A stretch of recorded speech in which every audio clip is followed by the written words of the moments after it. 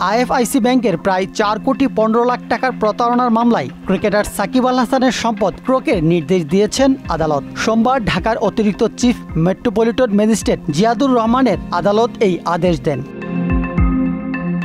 গেল 15 December IFIC ব্যাংকের পক্ষ থেকে সাহিবুর রহমান বাদী হয়ে সাকিব সহ 4 জনের বিরুদ্ধে মামলা করেন। ওই দিন ঢাকা অতিরিক্ত চিফ মেট্রোপলিটন ম্যাজিস্ট্রেট মাহবুবুল হকের আদালতের বাদীর জবানবন্দি রেকর্ড করে আসামিদের আদালতে হাজির হতে সমন জারি করেন।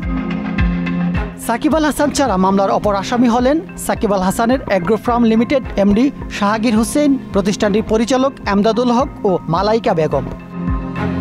পরবর্তী আসামি এমদাদুল হক ও মালাইকা বেগমকে আদালতে হাজিরা দিলেও অন্য আসামিরা হাজির না হওয়ায় আদালতে তাদের বিরুদ্ধে গ্রেফতার পরোয়ানা জারি করেন। সর্বশেষ সোমবার এই মামলায় সাকিবকে গ্রেফতারি পরোয়ানা সংক্রান্ত তামিল প্রতিবেদন দাখিলের দিন ধার্য ছিল। এদিন আসামি পলাতক থাকায় বাদী পক্ষ তার বিরুদ্ধে সম্পদ ক্রোকের আবেদন করেন। পরে শুনানি শেষে আদালত তা মঞ্জুর করেন।